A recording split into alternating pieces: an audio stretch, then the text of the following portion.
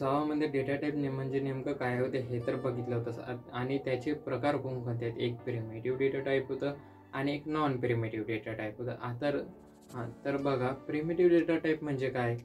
बघा, primitive data type काय एक सिम्पल डेटा टाईप आहे जे त्यांचे फिक्सेड व्हॅल्यूमध्ये स्टोअर केल्या जाते. फिक्सेड व्हॅल्यू असते, त्याला फिक्स साईज असते आणि त्याच्यामध्ये किती प्रकार आहेत, एकूण 8 प्रकार आहेत.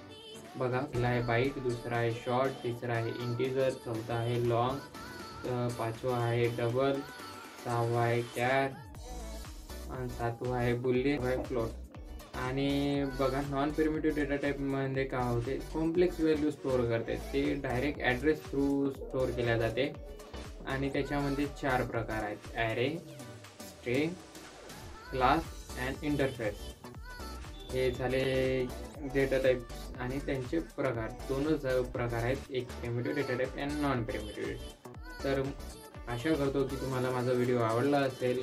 मला लाईक करा, सबस्क्राईब करा आणि कमेंट नक्की सबस्क्राईब करा, जेणेकरून मला आणखी नवीन व्हिडिओ बनवण्यासाठी आनंद वाटेल.